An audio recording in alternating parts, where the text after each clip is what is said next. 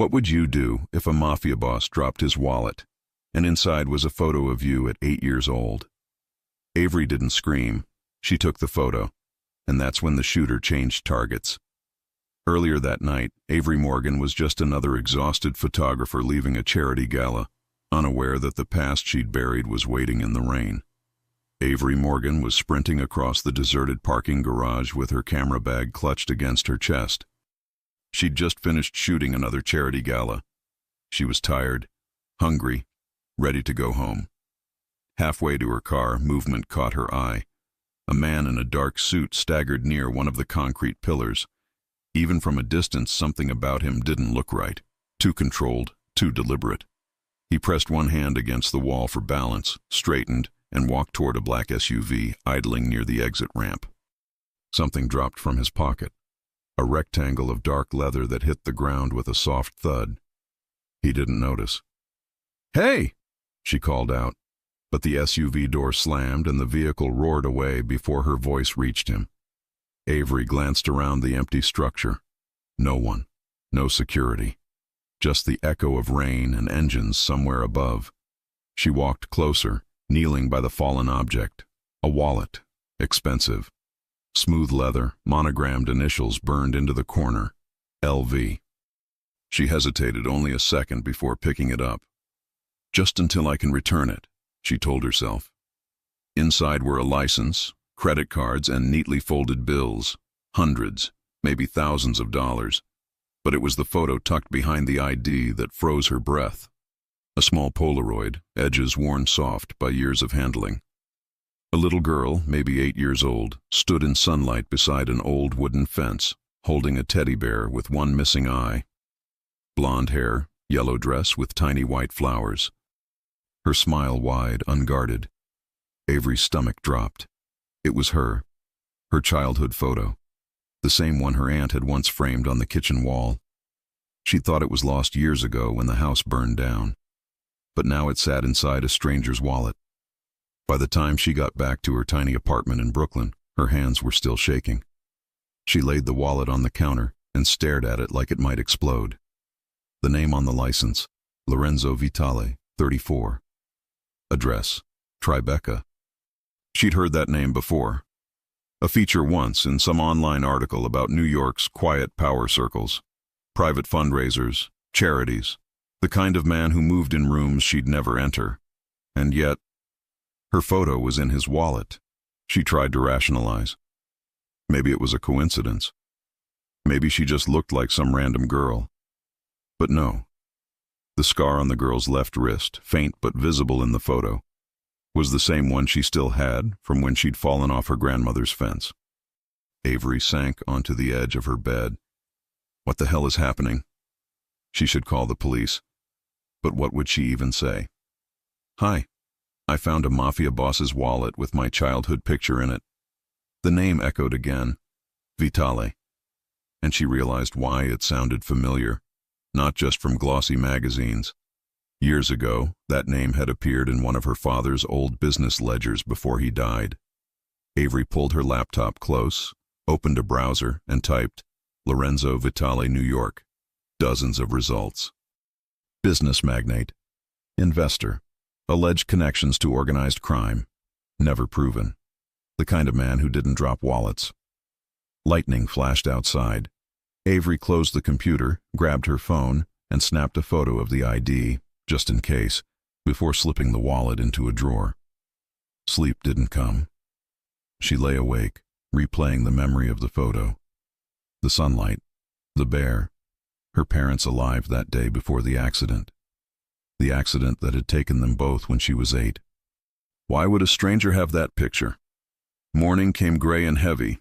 She made coffee strong enough to burn and stared at the steam until her phone buzzed. Unknown number. "Miss Morgan?" A man's voice, smooth, professional. "My name is Stefano Greco. I believe you have something that belongs to my employer." Her pulse spiked. "Who's your employer?" A pause. "Mr. Vitale." The name landed like a stone. "I'd like to return his wallet," she managed. "I was planning to drop it off at the hotel." "Mr. Vitale would prefer to thank you personally." Dinner tonight, 7 o'clock. Address will be texted. I don't think... It's just dinner, Miss Morgan. No obligations. You'll be safe. The line went dead before she could answer. She set the phone down, heart pounding. Safe? Who even said that unless there was a reason she wouldn't be? Still, curiosity overrode fear. She needed to see his face, needed to know why. The restaurant didn't have a sign. Just frosted glass and a single doorman who seemed to recognize her the moment she approached. Inside, the air smelled of cedar and expensive wine. A hostess led her past half-empty tables to a private alcove at the back. He was already standing. Lorenzo Vitale. Tall, dark hair slicked back, jaw clean-shaven. Eyes so deep brown they looked black in the dim light. A charcoal suit that probably cost more than her camera equipment combined. Miss Morgan, he said, his voice low, steady. Thank you for coming. She shook his hand, firm, warm, precise. I have your wallet. He nodded once. And you have questions. Straight to the point. Avery sat across from him, sliding the wallet onto the white tablecloth. Everything's there, except the photo. I need to know why you have it. He studied her for a moment, unreadable. Because it was given to me. By who? He leaned back slightly. Someone I owed a promise to. That's not an answer. No, he admitted. It isn't. The waiter appeared, poured wine neither of them touched. You lost that picture years ago, Lorenzo said quietly. Her throat tightened. How do you know that? I know more about your family than you think. The words landed like ice water. Why? Who are you, really? I'm a man trying to make things right. Right for who? He hesitated, then said, For you. The silence between them turned electric. Her pulse roared in her ears. Before she could respond, Lorenzo's gaze shifted past her shoulder. Something caught his attention, a subtle change in his expression. Stay down, he whispered. What? The window shattered behind her. Glass exploded across the table as a deafening crack filled the room. She dropped instinctively, covering her head. Waiters screamed. The lights flickered. Lorenzo was already moving, grabbing her arm, pulling her behind the heavy booth as another bullet punched through the wall. Who's shooting? She gasped. He didn't answer. The chaos lasted seconds, then silence. Lorenzo peeked over the table, signaled to someone across the room. Two men in suits appeared instantly, guns drawn, sweeping the area. When he turned back to her, his calm was terrifying. We need to leave now. What just happened? He didn't explain. Just guided her through the kitchen, through a back door, into an alley where a black SUV waited with doors already open. Get in, he ordered. Avery hesitated. No, I'm not going anywhere until you tell me what this is. He stepped closer, his voice quieter but sharper. If you stay here, you'll die. Whoever fired that shot wasn't aiming for me anymore. What does that mean? It means that bullet was meant for you. The rain poured harder, washing blood from shattered glass somewhere in the distance. Avery stood frozen, the photo burning like fire in her pocket. How could a picture of her as a child be worth killing for? And what exactly had she stumbled into by picking up that wallet? Sirens wailed somewhere beyond the rain. The alley behind the restaurant smelled like wet asphalt and metal, the kind of night where everything echoed. Lorenzo didn't push or yank. He simply stepped into Avery's space and waited, his palm open near the SUV door as if he were offering a choice, not issuing an order. Miss Morgan, he said quietly, you can argue with me for another 30 seconds, or we can live to argue in a safer place. Pick. Her pulse still thudded from the gunshot. She looked at the alley mouth, the black SUV, the man with the steadiness of a locked vault. The photo in her pocket felt like a live wire. She slid into the back seat. Stefano Greco climbed in beside her, broad-shouldered in a dark jacket, rain beating on his shaved head. Lorenzo took the opposite side, told the driver, "Go," and the SUV shot forward. "Who fired at me?" Avery demanded. "We don't know yet," Lorenzo said. "We'll know soon. You said the bullet wasn't for you." "It wasn't," he answered. "After you showed me the wallet, the calculus changed. If they think that picture is in your possession, they'll want you quiet. Who's they? She snapped. He looked at her for a long beat. People who profit when certain truths stay buried. Stefano spoke for the first time, voice gravel thick. We pulled glass from the back wall, tight grouping, scope. That was professional. Avery folded her arms to stop the shaking. I'm a photographer. I shoot gala banquets and corporate headshots. I don't have professional enemies. Lorenzo's gaze didn't waver. You have a past, and a photo that ties to that past. She wet her lips, forcing her voice steady. You're going to start giving me real answers now. Yes, he said. They rode in silence, city lights blurring into silver lines, until the SUV descended into a private garage below an anonymous mid-rise. They stepped into a service elevator. No music, no chatter, just the soft hum of cables lifting them into a world she didn't recognize. The door opened to a quiet floor. Not luxury, discreet. A key fob, a short hallway, a door that sealed with a whisper. Inside was all clean lines and control. An open living area with a long table, a well-stocked kitchen, windows curtained against the rain. Not a bachelor's den, a staging ground. Avery stayed near the entrance and refused the glass of water Stefano offered.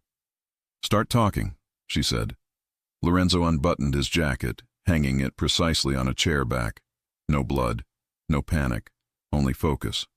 You were 8 when your parents died. That's not a secret. It is when it was labeled an accident with a brake failure no shop could verify. It is when the file closed in 48 hours. It is when certain names appeared near that file and then disappeared from public view. Her breath snagged. What names? He didn't say them yet. I kept your photo because someone asked me to. He told me it might matter one day, and that if it did, it would mean a promise to the dead. Whose promise? She asked. His jaw flexed. A man who wanted a child safe. Did he know me? He knew of you.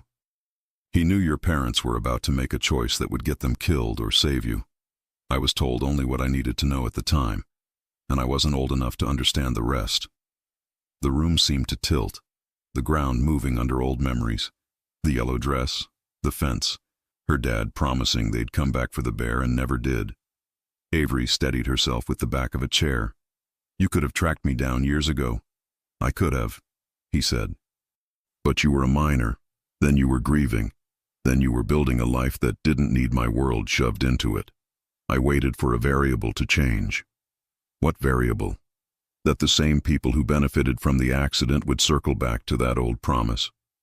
He nodded to Stefano, who placed a thin folder on the table between them. We monitor patterns, quiet hits, quiet money. Recently, some of those patterns hummed near your name. Avery glared at the folder. Open it, she told herself, and did. Inside were public records she could have pulled but never did. Her birth certificate, her parents' death certificates, a county clerk filing that referenced a trust formed 2 weeks before the crash. Morgan Family Trust. Beneficiary. Minor child. Redacted. Trustee. Gerald Simmons. Her stomach curled. I've never heard of this. No one wanted you to, Lorenzo said. Property was placed into that trust. What property? Commercial, Stefano answered. Manhattan, longtime tenant. On paper it looks boring. In practice it's productive. Meaning? Lorenzo's eyes met hers. Meaning it launders money that does not want daylight. She swallowed hard. You're telling me there's an asset tied to my name that criminals are using. He nodded once. And that picture was insurance. Proof the right child existed if the trust ever had to be challenged. The man who gave it to me believed if the papers went missing, the photo would still lead someone honest to the truth. Avery put both hands flat on the table to feel something solid. Why keep it to yourself? Because someone else was keeping you safe, he said simply. I could watch from a distance without turning your life into a blood sport. Until tonight. Because of the shot. Because of the shot, he agreed. Avery exhaled, a shaky sound that annoyed her. I'm not naive, she said. I know who you are. Say it, he invited, calm. You're connected, she said. You move money, power, favors. Maybe you make problems vanish. But you didn't have to bring me here. You could have taken the wallet and the photo and thrown me to wolves I didn't know existed. I could have, he said again, not bragging, not apologizing. So why didn't you? His voice was even. Because protecting you is the only part of this that feels clean. Silence stretched. Thunder rolled far away. She looked down at the photo she'd pulled from her pocket, the edges soft from years of someone else's hands. If I walk away right now, she said, what happens to me? You go home to an apartment that won't be yours in 2 days, because it will be burned or broken into or under surveillance. Your job slows because suddenly bookings cancel. And if you keep this photo, you become leverage. If you destroy it, they wonder what else you have. You become a question they'd prefer to erase. And if I stay, she said. You're protected, he said, not caged. You decide what happens next. I'll give you resources. You set boundaries. You do not lose yourself because of me. People say that before they start making rules. I don't do romance language promises, he said. I do logistics. You keep your phone. You keep your work. You keep your friend Vanessa. We reroute your schedule discreetly, and we put a layer of men between you and a rifle. If you want out at any moment, you walk. That's the deal. Why would I trust you? Because I just told you how to leave me. Stefano's mouth twitched like that was the closest thing to a joke he'd heard all week. Avery didn't smile.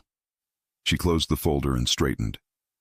I want to see the property records myself, not summaries, originals. If there's a trust with my name, I want to know exactly what's inside it. You'll meet an attorney I trust, Lorenzo said. Richard Brennan. He speaks in plain English and counts in columns. We start in the morning. And tonight, you stay here, he said. There's a guest room, locks from inside, panic latch, cameras only in common areas. I'll be in the office. If you need silence, you'll have it. I don't need silence, she said. I need truth. Then you're not going to sleep much. Stefano muttered. Avery shot him a look. His expression remained stone. She picked up the photo again. Whoever gave you this, she said to Lorenzo. What did he say exactly? That it mattered, Lorenzo said. That if he didn't make it, someone would, and that the right person would know why when it was time. And you think I'm the right person? I think you're the only person who can put your name where it belongs. Avery turned the Polaroid over. Blank back. No scribbles. No date. Only memory. Okay, she said finally. Tomorrow we see the records. After that I decide whether to file anything. I'm not becoming a pawn in your war. Fair. And if your war touches my friend, she added, we're done. His answer was immediate. Understood. He didn't step closer. He didn't touch her or try to take the photo back. He simply accepted the terms like a contract. Stefano, he said, set 2 on the door and 1 on the stairwell. Rotate every 90 minutes. No devices in her room. Stefano nodded and left. Lorenzo picked up the folder again and slid it toward her. Know what you're walking into, he said, and left her alone in the quiet apartment that felt like a bunker with good lighting. She didn't sleep much. She showered too hot, borrowed a soft t-shirt someone had placed on the bed, and lay watching a shadow of city glow creep along the ceiling. 4 times she got up to check the lock. Twice she pressed the panic latch to feel the click. Somewhere down the hall, deep voices came and went, a low river of control. At dawn, Lorenzo appeared at her doorway and knocked once. Coffee? She hesitated and opened. He stood angled away from the threshold. He wouldn't enter unless invited. It was such a small thing, and it mattered. Please, she said. Strong? He asked. Stronger. They sat at the long table afterward with black coffee and a plain bagel she barely tasted. He examined a printout, then looked up. I'll ask you something on the record, he said. Then I'll stop asking if the answer is no. Go ahead. Do you want to know who profited when your parents died? Her eyes burned before she realized they would. Yes. Then we finish this, he said. Richard Brennan's office smelled like paper and pragmatism. No marble, no art. Just open files and a calendar with too many dates circled. Richard was in his 50s, square-jawed, tie slightly loosened. He shook Avery's hand without commenting on the security outside his door. "I took a first pass last night," he said, sliding a thick binder forward. "The Morgan Family Trust exists. Trustee Gerald Simmons, funding asset, a commercial property on West 46th Street, purchased under a holding company 6 months before your parents died. The trust instrument names a minor beneficiary. Your surname appears, first name redacted. The trust never disbursed. The asset's been fully leased for nearly 2 decades. To who?" Avery asked. "Paper trail leads to a logistics company," Richard said. "They move freight. They also move numbers. The rent hits an account that loops through shell companies, then lands where it shouldn't. If I were a prosecutor, I'd call it classic laundering." Avery's eyebrows pinched. "So I own, on paper, something criminals use." "On paper," Richard agreed. "In practice, you own a right to make noise. Sometimes noise is the only way to make the rats scatter." Lorenzo leaned on the table's edge, arms crossed, eyes on Avery. He didn't speak for her. He didn't press. "What happens if I file to claim the asset?" she asked. "You paint a target on your back," Richard said bluntly. "But you also drag the asset into daylight. You force any opponent to either contest you in court, which creates discovery and headlines, or back off and relocate their operation. Either way, your name becomes inconvenient to harm." "Untouchable?" she asked. "Nothing is untouchable," Richard said. "But it changes the math." Avery flipped a page and stopped. "What's this?" she asked, pointing to a memo slip scanned from a county file. A handwritten notation, "Further inquiry unnecessary, DA's office." Initials followed, sharp and familiar in a way she couldn't place. Richard set a finger under the initials. "We're still confirming," he said. "But they match the signature block of Ethan Caldwell, the current district attorney." Avery's chair scraped an inch. "He was in the news last week cutting ribbons at a victim's center." "Public faces and private filings don't always match," Richard said. "If Caldwell closed questions 19 years ago, someone asked him to. If he's still connected to the logistics tenants, you'll be walking into a buzzsaw. So we plan accordingly." "Meaning what?" she asked. "We make you noisy," Lorenzo answered. "We make it expensive to touch you, and we move first." Richard nodded. "I can file a petition asserting your interest by end of week. We'll attach supporting documents that raise more questions than they answer. Media loves questions with clean nouns." "Clean nouns?" she asked. "Names, addresses, dollar amounts," he said. "Plain language that forces movement." Avery closed the binder.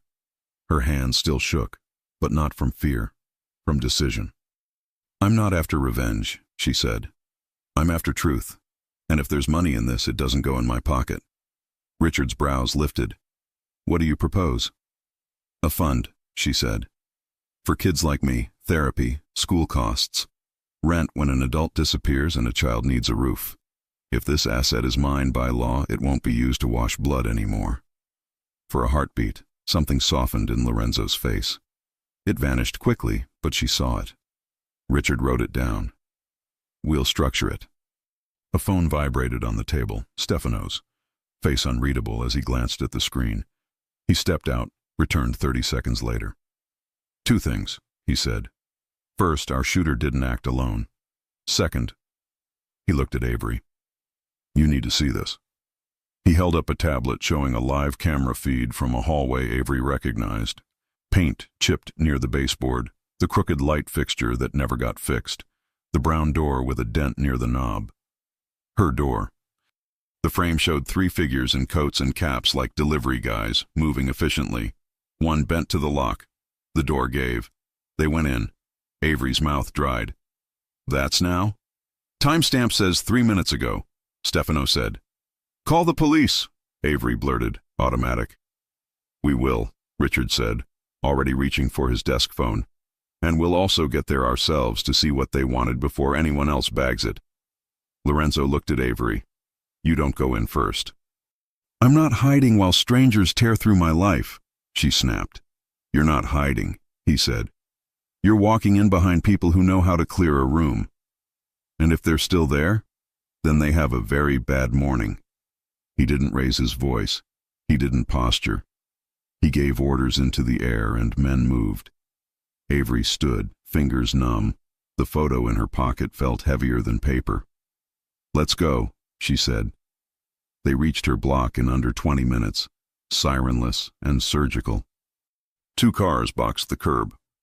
Stefano gave quick hand signals and 2 men peeled off toward the rear alley while Lorenzo kept Avery tucked behind him as they approached the stairwell door. The building smelled like old paint and yesterday's cooking. Avery's breath hitched when they climbed to her floor and saw her door open a hand's width. No splintering, no noise. A clean entry. "Stay," Lorenzo murmured, and slid inside with Stefano. Heart pounding, she stood in the hallway with Richard, who had come despite every sensible reason not to. He didn't speak. He didn't touch her arm like a father would. He just stood, a steady line at her shoulder. 30 seconds stretched like rope. "Clear," Stefano called. Lorenzo reappeared and nodded Avery in. Her apartment looked like a life emptied without breaking anything.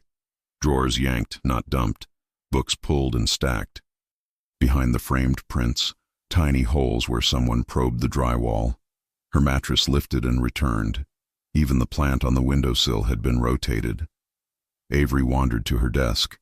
Her external drive still sat where she left it. Camera bag in the corner. Nothing obvious stolen. Everything touched. "Not smash and grab," Richard said. "No," Lorenzo agreed. "Surgical." Avery crouched by the lowest kitchen cabinet and opened the false toe kick panel she'd installed when a freelance client failed to pay last year. She slid a hand inside. Empty. "What was there?" Lorenzo asked. She swallowed. "A folder, my aunt's last box.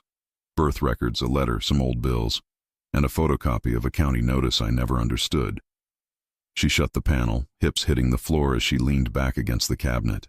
They weren't after cash. Stefano lifted a framed photo off the wall, checked the backing, put it down exactly where it had been. "They were after your papers." Avery's throat burned. They knew exactly what to look for. Lorenzo crouched in front of her, eyes level with hers. "Look at me." She did. "This is where you decide whether you want me in this," he said. "If you do, we pay them back with sunlight. We file, we pull every record, we force names onto paper that doesn't burn. If you don't, I still get you safe, but you go dark and stay there. What would you choose?" she asked. "I choose what keeps you breathing," he said. "But I'm not the one who lost a home today." Avery looked past him at her small living room, at the couch where she'd fallen asleep editing on too many nights, at the chipped mug she never threw out because it still held coffee. The place wasn't ruined. It was worse. It had been studied. She stood. Her voice came out steady. "We file." Richard nodded once, a man already moving 6 steps ahead. "Then we make it loud." Stefano's phone buzzed. He listened, his face turning granite. "We've got a hit on one of the 3 who came through. Name connects to a logistics subcontractor." "Valdez?" Lorenzo asked. "Close," Stefano said. "Associate. The money flows through him." Lorenzo's mouth set. He looked back at Avery and for the first time reached for her hand. Not to pull, but to anchor. "We do it your way," he said. "But we do it now." Avery squeezed once and let go. "Then start with this," she said, drawing the Polaroid from her pocket and setting it on the table like a marker in a game she didn't know the rules of. "This is mine. So is whatever truth it points to." She looked at what used to be home and felt the last of her hesitation burn off like fog. "Make me noisy." Lorenzo glanced at Stefano. "You heard her?" Stefano clicked his radio twice. The city outside went on with its morning traffic, oblivious. Inside the small apartment, a different engine turned over, paper and names and records and leverage. And for the people who had come through with quiet hands and cold eyes, the message was already leaving the building. You didn't scare her off. You only told her where to look next. The city looked normal. Buses hissed, dogs pulled leashes, a deli stacked fresh rolls in the window. Inside Avery's apartment, Men in plain clothes logged evidence that didn't exist and photographed fingerprints that probably wouldn't match anything. The normal outside made the intrusion inside feel louder. "We file today," Avery said. Richard Brennan tucked the binder under his arm. "We can file an intent. The full petition goes in once we attach the supporting records." "Then get me the records," she said. "Originals, not summaries." Lorenzo watched her with a calm she was starting to read. When he stood that still, it meant he was already moving pieces she couldn't see. "Stefano will keep a team here. We move you to a secure office where you can work." "I'm not running," she said. "You're not," he replied. "You're choosing the ground." They chose a co-working floor in Midtown that looked like any other. Glass rooms, quiet desks, a coffee machine that lied about being artisanal. Richard spread papers across a table while Stefano took a corner seat with eyes on every door. Avery sat, palms flat on the table, and let herself be brief. "Here." Richard flipped to a scan with stamps and signatures. "Your parents' signatures on the Morgan Family Trust. 1 week before the crash. Minor child marked, your surname present, first name redacted. Trustee, Gerald Simmons." "Where is Simmons?" Avery asked. "Dead. 3 years," Richard said. "Stroke. But before he died, he filed annual statements. Thin, but enough to prove continuity." What about the property?" Richard slid a map. "Commercial building on West 46th. Leased to Valdez Freight and Storage. Paperwork says they move inventory for small importers. Off paper, they wash numbers for bigger people." "Christian Valdez," Lorenzo said, finally speaking a name. "He fronts for men who don't like cameras." "And money from the lease?" Avery asked. "Goes to an account," Richard said, "that loops through shells before landing in a pool." "The trust was supposed to receive distributions? It never did." Avery's fingers tightened on the chair. "So a building tied to my name has been paying criminals for 19 years. "That's the picture," Richard said. "This is the line that matters." He angled a thin memo. "County clerk note from the week after the crash. Further inquiry unnecessary. DA's office. Initials match Ethan Caldwell." "We saw that yesterday," Avery said. "You said you'd confirm." Richard met her eyes. "I did. We compared the mark to 3 signed orders from the same year. It's him." The room went quiet. "So, the man who cuts ribbons for victims told a county clerk to stop looking at why my parents died," she said. "On paper," Richard said. "We stick to paper. That's how this works." Avery nodded once. "What's the move?" "We prepare a notice of claim," Richard said, tapping his pen. "We assert your beneficial interest. We ask the court to compel an accounting from the trustee's estate and from the tenant. We send copies to the press with plain language. Property tied to orphaned minor used by shell companies. No distributions. DA closed inquiries in 48 hours. Simple nouns, simple verbs." "Make it loud," Avery said. Lorenzo's glance was approval without heat. "We also harden your life," he added. "New locks at your place, 2-man tail, and you don't walk anywhere alone." Avery took out her phone. "Vanessa needs to know I'm okay." "Text her," Lorenzo said. "Keep it clean." Avery typed, "I'm safe. Work stuff got messy. I'll call tonight.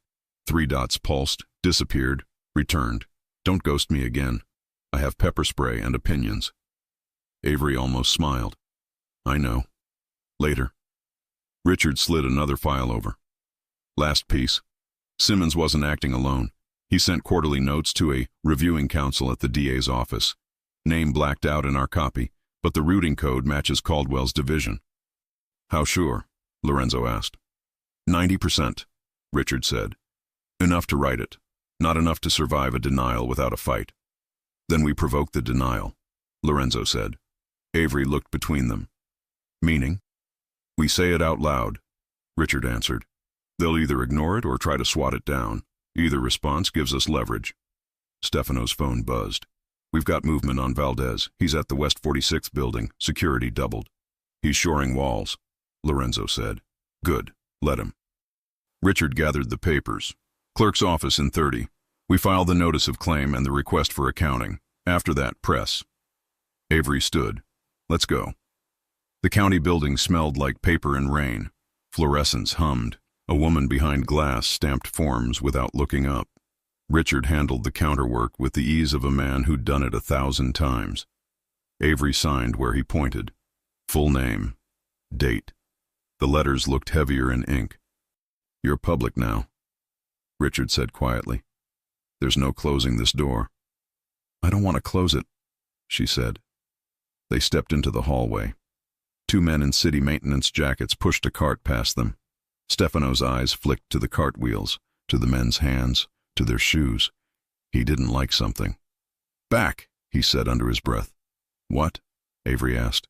"Back now," he said, taking her elbow without force. The first maintenance worker reached for the cart handle with the wrong hand, shoulder blading out, posture changing. Stefano shoved the cart sideways as the man yanked a short baton from under a rag pile. It cracked across the wall where Avery's head had been a second earlier. Lorenzo moved. No theatrics, just precision. He took the attacker's wrist, turned it, and the baton clattered. The second man came from the right. Richard stepped square into him like an old linebacker, using weight and momentum to pin him against the wall. A third shape emerged at the end of the hall, hood up, head down, pace too fast for a government building. Stefano drew and kept the muzzle low. "Don't," he said.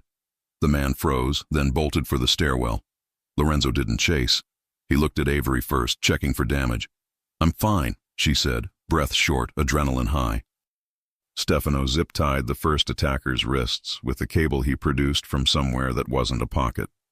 "Don't shoot, don't shout, don't try noble," he told the man calmly. "My morning coffee hasn't hit." Security guards converged from nowhere. One started to bluster until Richard flashed his bar card and said, "Attempted assault in a public building, my client present. We'd like NYPD." The guard swallowed his script and called it in. Avery pressed her back to the cool wall and focused. She wasn't a spectator. "Ask him who sent him," she said. "They never answer that," Stefano said. "They do if you ask the right way," Lorenzo said, quiet. He knelt beside the man with the zip ties, not looming, not yelling. "You're going to say a name. If you say the wrong one, someone you think protects you won't answer your next call." The attacker's jaw worked. His eyes kept sliding to Avery. "Look at me," Lorenzo said. The man did. "You swung at a woman in a courthouse," Lorenzo said.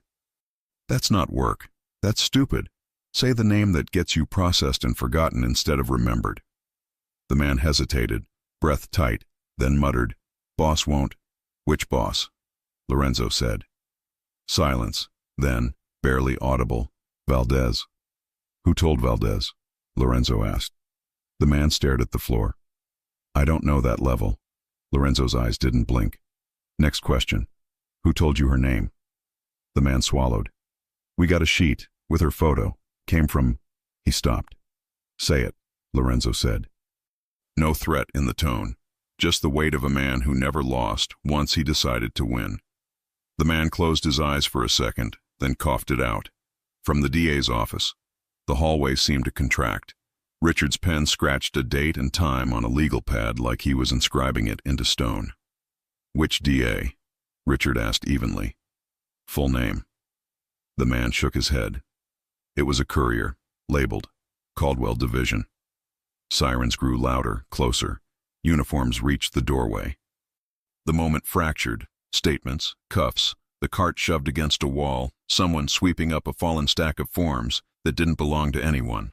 Stefano leaned in low to Lorenzo. "We need to move her now." "Agreed," Lorenzo said, then turned to Avery. "You good to walk?" "I'm good," she said. She wasn't shaking. She was angry. It felt cleaner than fear. They exited down the opposite corridor to avoid the knot of officers. Outside, the rain had eased to a steady curtain. "Press?" Richard asked. "Not yet," Lorenzo said. "We let the arrest hit the blotter first. Then we tie it to the filing." Avery checked her phone. A new text from Vanessa. "News alert says something happened at the county building. Please tell me you're not there." She typed back, "I'm okay. Call you in an hour." Stefano opened the SUV door. "We go to a place where they don't have cameras," he said. "Not a bunker," Avery said. "I need air." Lorenzo nodded. Riverside, covered bench. We watched the walkers instead of the walls. They ended up under a concrete overhang with a view of gray water and runners who kept their heads down against the mist. Avery sat with her hands wrapped around a paper cup she didn't drink from. Lorenzo stood close enough to be there, far enough not to crowd. "You filed," he said. "I did." "You got attacked because you filed." "I did." "You can still step back," he said. "We can go quiet. Leave the state. I can build you a life in a week that no one can find." Avery looked up at him. "You could, but you won't, because you heard the same thing I did in that hallway." "Say it," he said. "Someone inside the DA's office pushed my name to a freight front," she said. "That's not a random, that's a system. If I step back, they just clean the file and wait until the next girl can't fight." The wind lifted a strand of her hair. She tucked it behind her ear. He watched the small motion like it mattered. "I don't like that you're in this because of me," he said. "I'm in this because of my parents," she answered. "You're the variable that keeps me alive long enough to finish it." His mouth tilted like he almost smiled, but wouldn't. "Then we escalate." "How?" she asked. "We make you too expensive to touch," he said. "You go public with the trust, the property, and the lack of payments. You announce that any proceeds will fund victims. We put you next to light. If they move on you after that, they light themselves on fire." "And Caldwell?" she asked. "We don't swing at a crown without a crown's proof," he said. "We build. We pull receipts. We force him to deny the right thing at the wrong time." "Stefano said Valdez is on West 46th, she said. "He won't like headlines." "He'll like pressure less," Lorenzo said. Avery's phone rang. Vanessa. She took it. "I'm okay," she said by way of hello. "This is not a you're okay situation," Vanessa shot back. "There are helicopters. I'm safe, I promise." "Are you with him?" Vanessa asked. Avery looked at Lorenzo. "Yes," she said. Vanessa paused. "Is he the problem or the solution?" "Both," Avery said honestly. "But right now he's the part that keeps air in my lungs." "Then I'm on your side," Vanessa said. "But if he lies, I learn to drive a stolen truck." Avery's laugh was small and real. "Please don't steal trucks. Call me tonight." "I mean it." "I will." She hung up. The river rolled past. "You keep your people," Lorenzo said. "Good. I lost too many to forget the ones who stayed," she said. He didn't answer. He didn't need to. Richard called 20 minutes later. "Notice is live," he said. "Stamped, logged, and viewable. I also pushed a clean press note. Beneficiary files to compel accounting, tenant tied to shells. DA closed inquiry in 48 hours. You'll have calls in an hour." Avery exhaled, steady. "Good." "Bad news," Richard added. "Caldwell's office just scheduled a press availability for 4 p.m. Guess what topic?" "Us," she said. "Exactly. We'll be ready." Lorenzo ended the call and looked down the path. Runners passed. A child on a scooter shouted and was shushed. Normal moved around their not normal like nothing had shifted. "Tonight we set counters," he said. "Security up, lines out. We put the right ears on the right wires." "And me?" Avery asked. "You come with me," he said. "Not because I need control, because they've decided you're worth a hallway fight." Her chest felt tight for a second. She let the truth come out clean. "I don't want to be handled." "Then don't be," he said. "Walk next to me, not behind me." He held out his hand. Not a command, not a rescue, a line she could take or leave. Avery took it. Stefano's phone buzzed again. Sharp. He listened, face turning colder. "We got a name off the runner who bolted the stairwell." "Who?" Lorenzo asked. "Burner was hot 5 minutes after. One text before it died." Stefano looked at Avery. It said, "Tell Valdez Caldwell wants it quiet." The wind seemed to stop for a beat. Avery's fingers tightened around Lorenzo's hand. "He said the DA's name," she said. Lorenzo's answer was flat and final. "Then we stopped being polite." The press advisory hit like a spark in dry grass. "Beneficiary files to compel accounting." The headline said in plain words, but the phones wouldn't stop. Richard handled reporters with a script, Stefano screened numbers, and Avery learned what it felt like to have her name move through rooms she'd never entered. They set up in a borrowed studio 2 floors above the co-working space. White wall, 2 chairs, a table with nothing on it. No logos, no theatrics. Cameras if they wanted them. Lorenzo stood by the window, jacket off, sleeves rolled, watching rain streak across glass. He looked like a decision. "You ready?" he asked. Avery checked her notes. They weren't many, 3 lines, all nouns and verbs. "I say it clean," she said. "No rage, no guessing, just the paper." "Good," he said. "Be boring. Boring is impossible to spin." She breathed in. "And after?" "After," he said softly, "you eat something real." He didn't touch her. He didn't need to. She felt the weight of his attention like a hand on her back, steadying without steering. Richard opened the door. "2 outlets inside," he said. "Rest on the phone." "You want to do this sitting or standing?" "Standing," Avery said. "I want them to see I'm not hiding." The 2 reporters were younger than she expected. They set down recorders and looked surprised by the absence of a PR flack. Richard introduced Avery, then stepped aside and didn't say a word. "My name is Avery Morgan," she began. Her voice wobbled once and then found the line.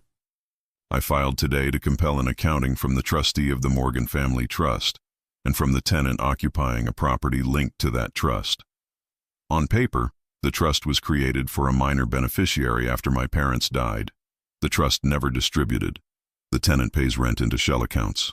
I'm asking the court to explain where the money went. That's all." A reporter cleared his throat.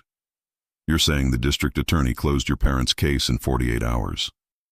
Are you alleging corruption?" "I'm saying the file shows a note.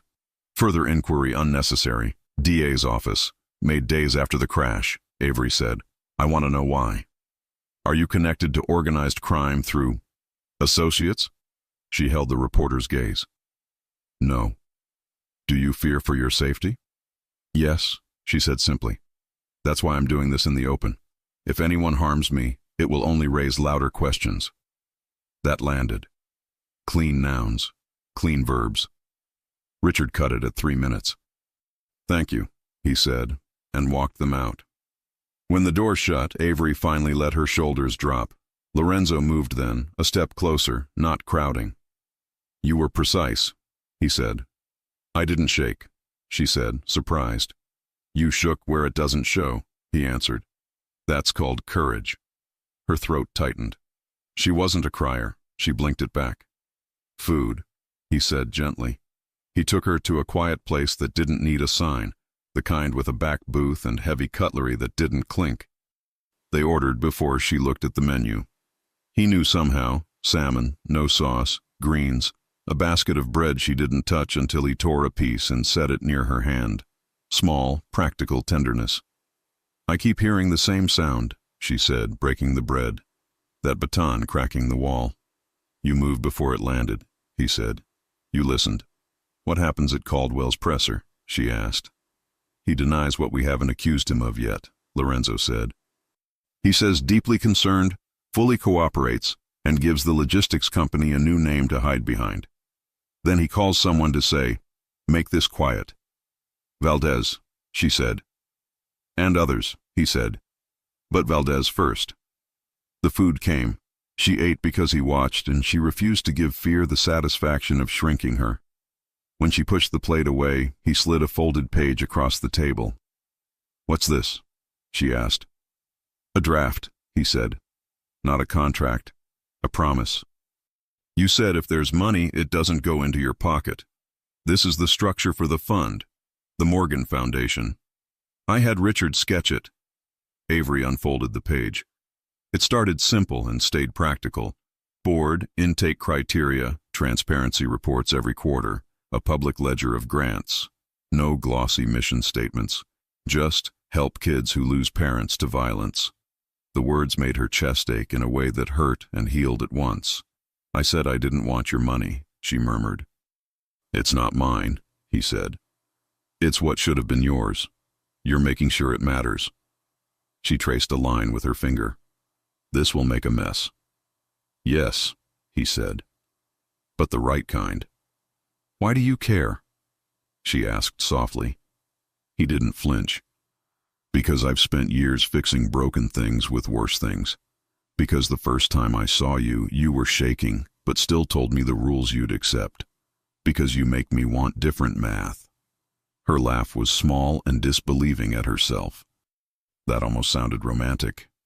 It was arithmetic, he said, but I can translate. He didn't reach for her hand across the table. He set his palm on the wood between them, open. The choice again.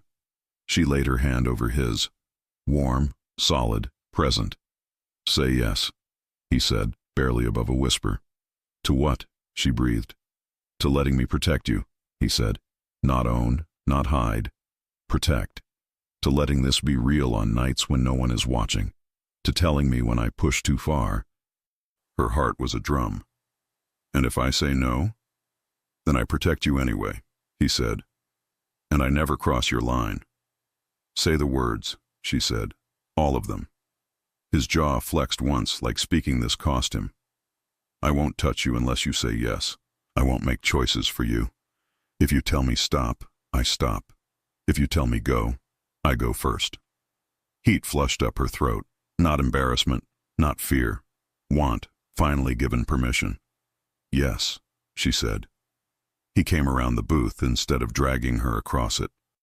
He paused a breath away, giving her time to pull back. She didn't.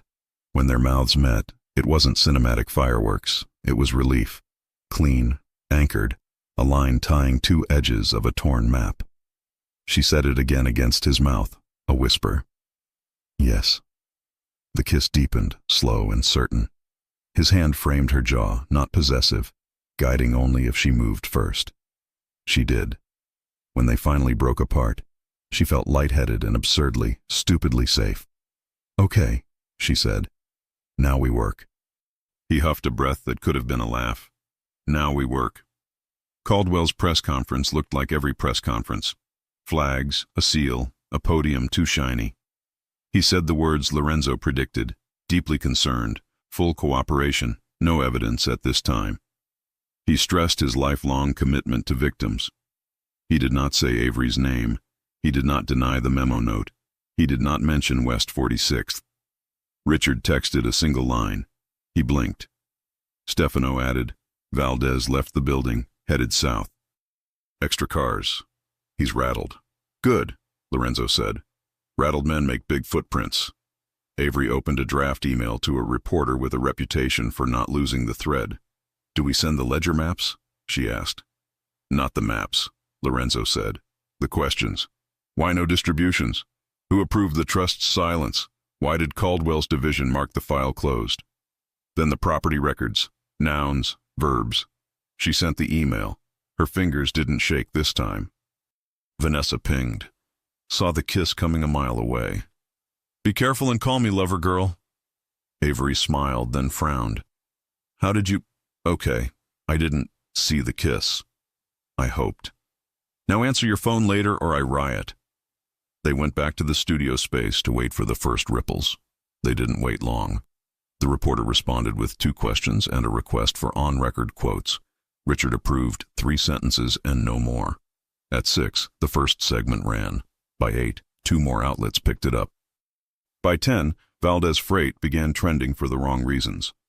At 11, photos surfaced of Valdez with a man who looked like someone's consultant and everyone else's bagman. Stefano stepped in with a look that meant something moved. We picked chatter. Valdez is trying to book a meet he wants to resolve. With who? Lorenzo asked. Us, Stefano said. He used a cutout to reach me. Avery's stomach pulled tight. He thinks you'll sell me out. He thinks I'll take money to stop the bleeding, Lorenzo said. He'll offer us a number and a threat. What do we do? She asked. We decline the money and accept the meeting, Lorenzo said. You just said he's dangerous, she said. That's why we accept, he answered. We pick the table and the silverware. Richard rubbed his brow. If he records you, he will, Lorenzo said. So we speak like we're on every channel. We ask for an apology in the form of an audit and a resignation. We let him laugh. Then we leak his laughter.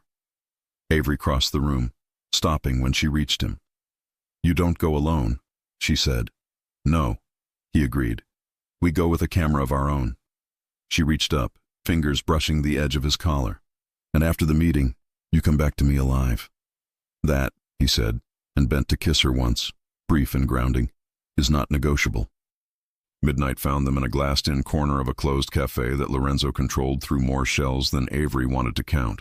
2 chairs, 1 table, 4 exits, and a camera that watched without blinking.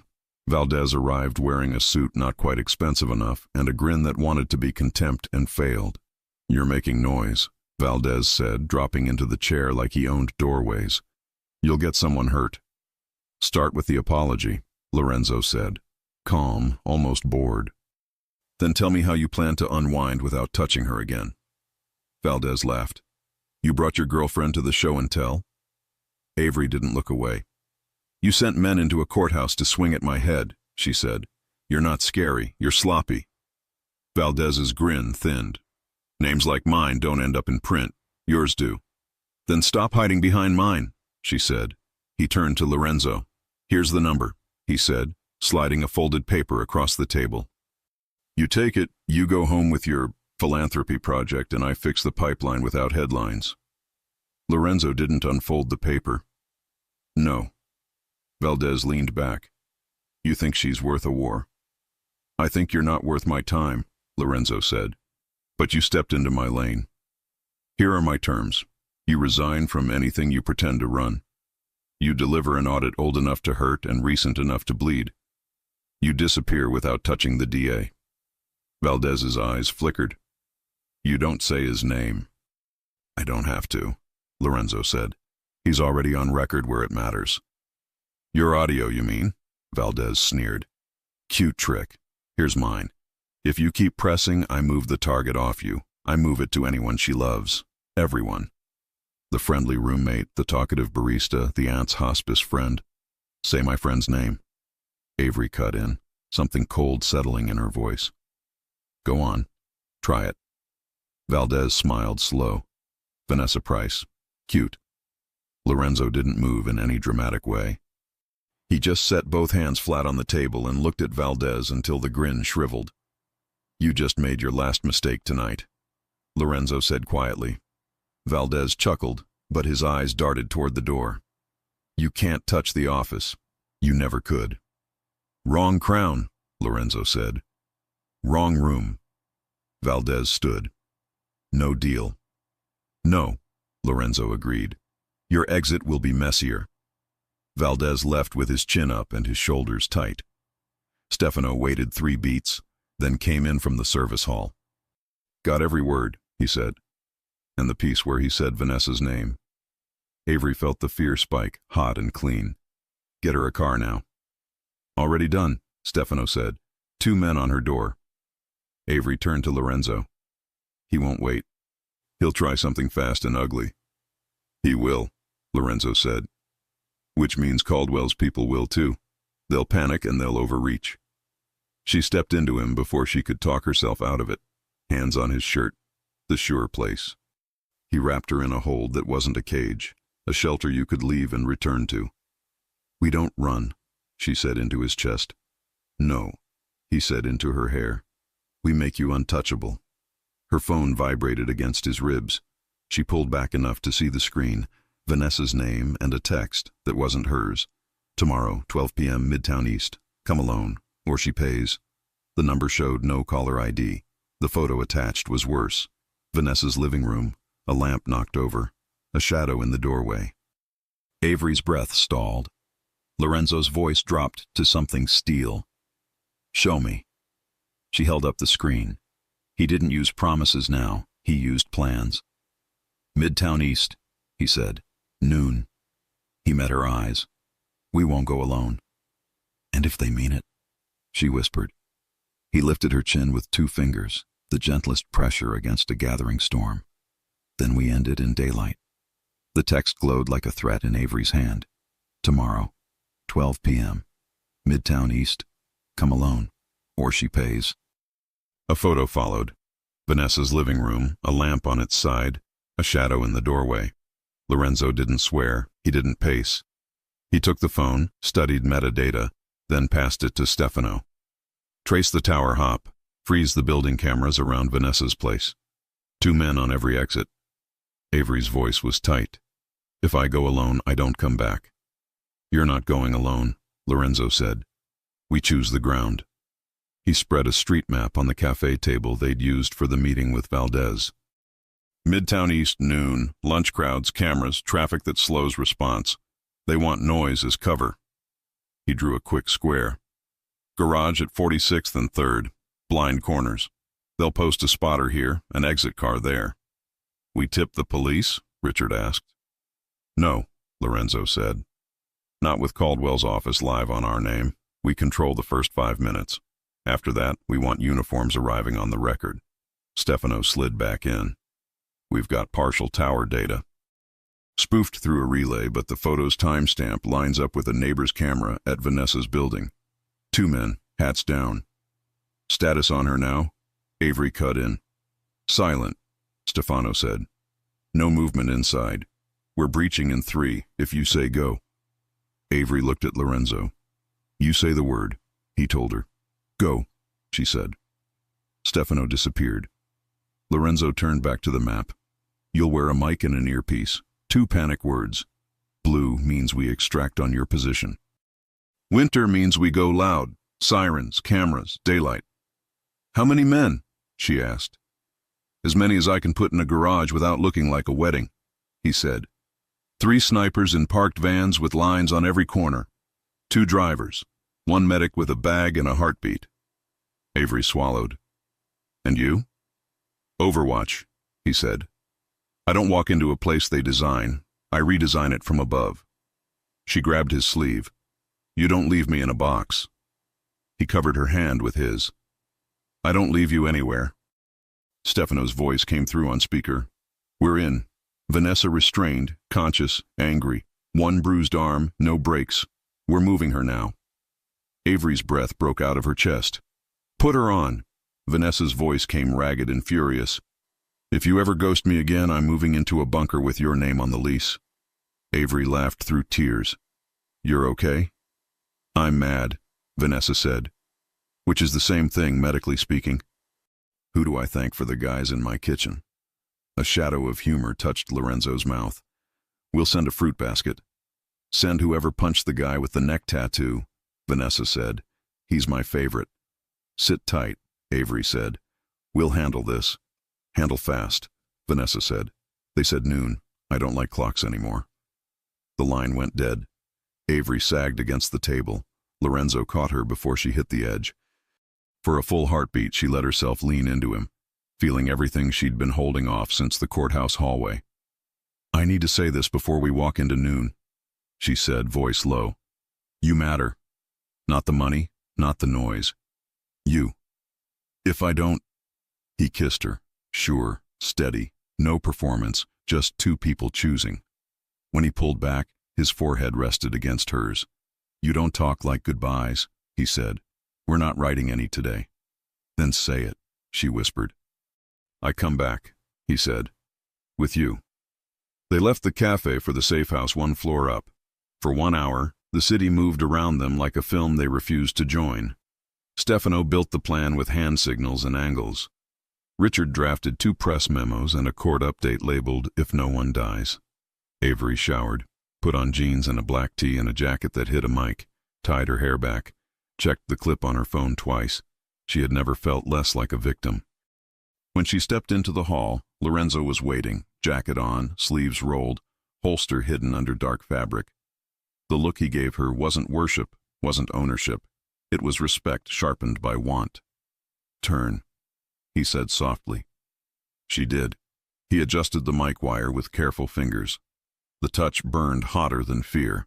He didn't lean in until she did first. When she did, the kiss tasted like a promise they both intended to keep. Blue for extraction, he said at her ear. Winter for daylight. Blue, she repeated. Winter. He cupped her jaw 1 last time, then stepped back into command. Move. They hit the garage at 11:56. Sun knifed between buildings. Air wavered with heat off concrete. The first level looked ordinary. Sedans, a delivery van, a woman loading a stroller. Avery walked at normal pace, eyes forward, phone in hand like anyone waiting for a text. Stefano's voice in her ear. Spotter by the pay station, ball cap, right shoe untied. Two more by the elevator, pretending to argue. Exit car idling behind the column. Lorenzo. Keep your pace. You're not prey. You're bait on your own hook. Her heart was a drum, but her feet stayed steady. She reached the chalk line someone had drawn in a lazy loop. The message hit her phone right on noon. Stop. Hands up. Walk toward the elevator. No friends. A man stepped from behind a pillar and lifted his jacket enough to show steel. Ms. Morgan, he said with a polite nod. This way. Avery didn't look at his gun. Where's Vanessa? She asked. She's safe if you are, he said. Elevator. Stefano. Two more behind you now. Don't turn. Lorenzo. Count the steps. Avery stepped into the elevator. The man pressed B3. The doors slid toward each other like closing eyes. Blue? She whispered. The doors exploded outward on a metal bar before they shut. A flood of motion. Stefano's shoulder, another man's boot. The thug's gun hand turned and pinned. The elevator spat bodies and grunts and polished shoes skidding on concrete. Hands where I can see them, someone snarled. The idling car chirped as its driver went for the shifter. 3 cracks from the van across the lane popped its front tires flat. A broad-shouldered man swung a short baton. Avery flinched on reflex. This time Lorenzo was the motion, silent, lethal, precise. He took the man's wrist and the baton clattered across the floor. The thug's head met the elevator frame with a hollow sound and he slid boneless to the ground. Where is she? Avery demanded, breathing hard, looking at the gunman they'd pinned belly down. Where is Vanessa? You're late, he hissed. You missed the train.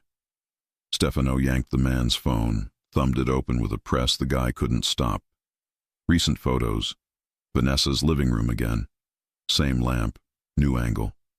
Stefano's mouth thinned. Old images. They staged this with yesterday's footage. Avery's stomach dropped. Then where is she now? Before anyone could answer, Lorenzo's earpiece crackled. A second team's voice. We have Vanessa. Copy. Repeat. We have Vanessa. Different location. Minimal injuries. They moved her to a short-term rental 2 blocks south and bailed. Someone wanted you busy at noon. Avery's knees almost gave. She caught herself on the elevator rail, breath shaking. She's okay? Conscious, the voice said. Mad. Lorenzo gave a single nod like pain exiting his body. He turned the pinned man's face toward him with 2 fingers. Who staged the decoy? The thug's lip bled. You think I... Speak, Lorenzo said. The man coughed. Message said Midtown East for the girl. But the real pull was at the courthouse steps. Richard's head snapped up. What courthouse? Northern side, the man said, grimacing. Press day, big podium.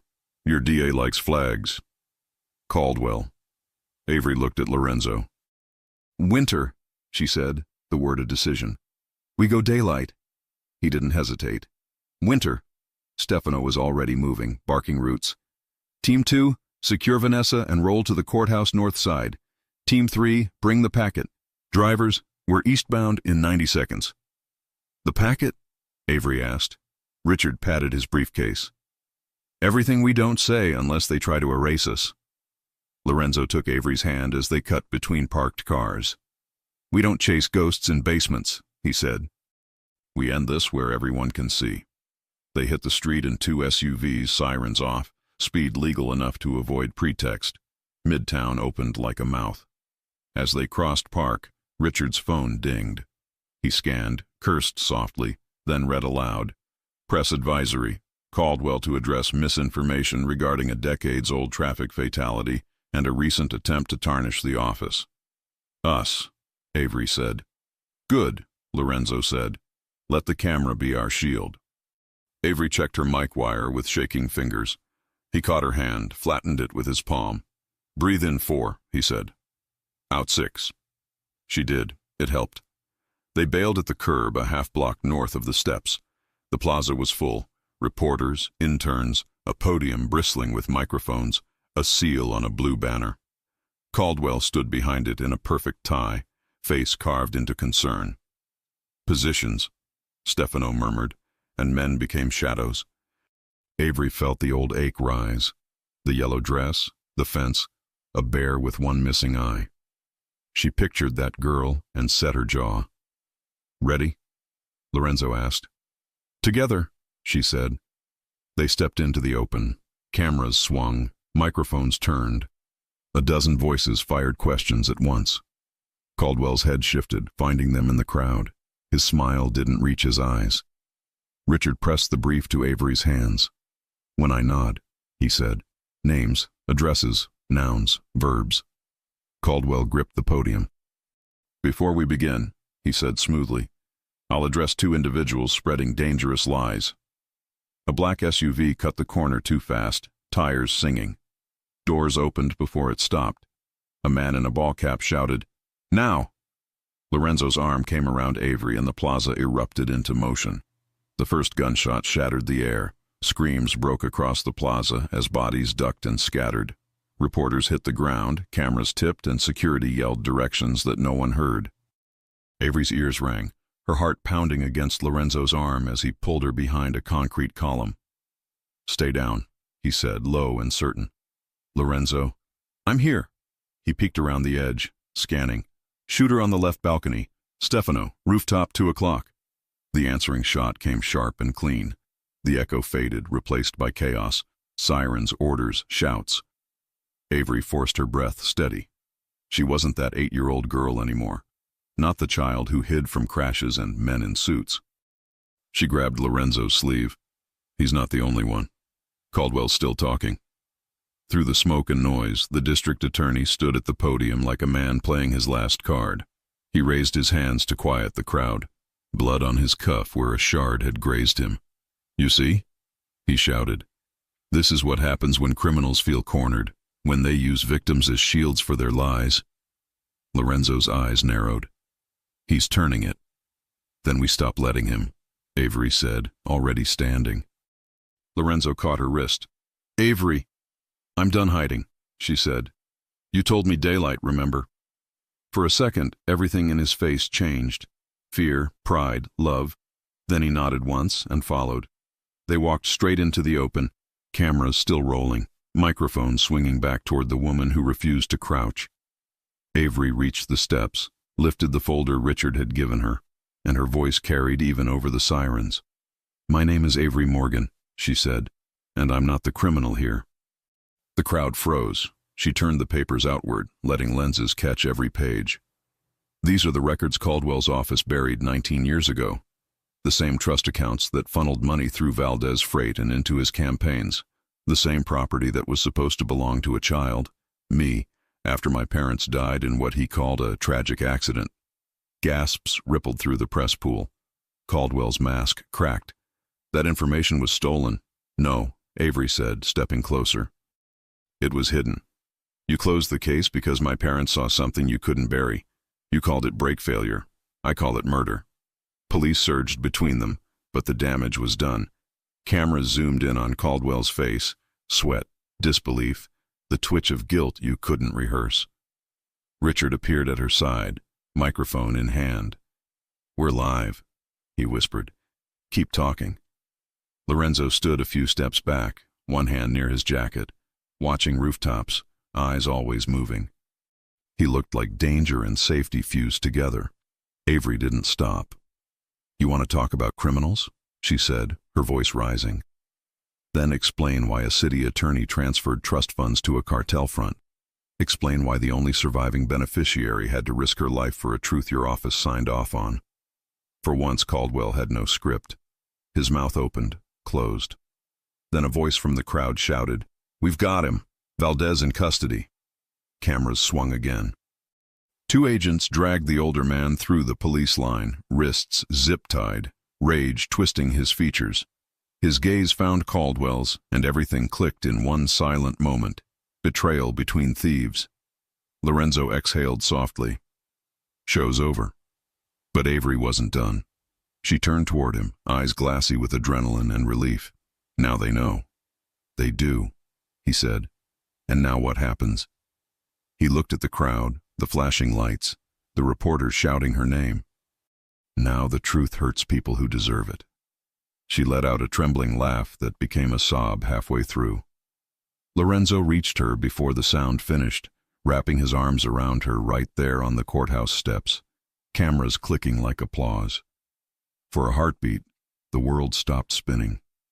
Hours later, in the back of an ambulance parked away from the chaos, Avery sat wrapped in a blanket, the adrenaline fading. Vanessa was beside her, bruised but alive, talking fast just to stay upright. Richard paced outside with his phone glued to his ear, already negotiating exclusive interviews and legal statements. Lorenzo leaned against the open door, shirt streaked with dust and blood that wasn't his. "You need a hospital?" "No," Avery said, "just quiet." "You're getting that." Vanessa smirked. "For about 5 minutes." He handed Avery a bottle of water. "You did it." "We did it," she corrected. "If you hadn't," he cut her off gently, "don't thank me for keeping my promise." A siren wailed in the distance. Helicopters hummed above the skyline. Avery stared at the city lights. "Do you think it ever ends?" "Not clean," he said, "but it changes shape." She looked up at him, eyes soft. "And us?" Lorenzo hesitated, then climbed into the ambulance and sat beside her. "Us doesn't have to hide anymore. That's a start." Vanessa stood. "That's my cue to give the couple their soap opera moment." She winked and slipped out, closing the door behind her. Silence settled. Avery turned to him. "You kept every promise." "Not every one," he said.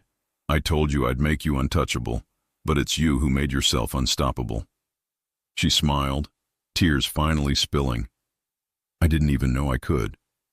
He brushed a thumb under her eye, voice low. "That's what courage looks like." Then she leaned in, and this time there was no hesitation, no fear, no background noise, just his breath, her heartbeat, and the quiet crash of everything they'd survived. Weeks passed. The headlines shifted from scandal to consequence. Caldwell resigned under investigation. Valdez turned witness.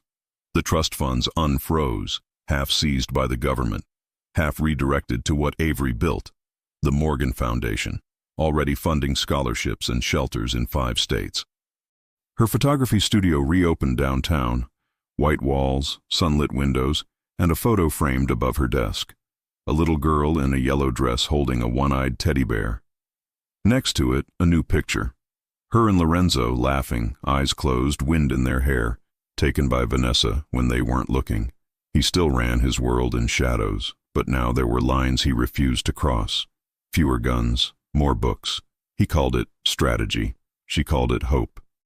That night he waited outside her studio, leaning against his car. "Long day?" he asked. "Good day," she said, walking into his arms. They stood there under city lights that finally felt harmless. He kissed her forehead. "Ready to go home?" She looked up, smiling. "Which one?" "Whichever one you want," he said. Avery laced her fingers through his. "Then take me where it all began." He smiled, the rare, unguarded kind. "Brooklyn it is." The car door closed, the city moved, and for the first time in 19 years, Avery Morgan stopped running from the past. Because the truth had survived, because love had too, and because some stories don't end with revenge. They end with peace. If you enjoy stories like this, take a moment to subscribe to the channel. That's how I'll know you truly liked it. Even if you're watching on your TV, grab a second to join this family of fans who love emotional and heartfelt stories. Your support means everything, and it helps us bring you even more tales like this one.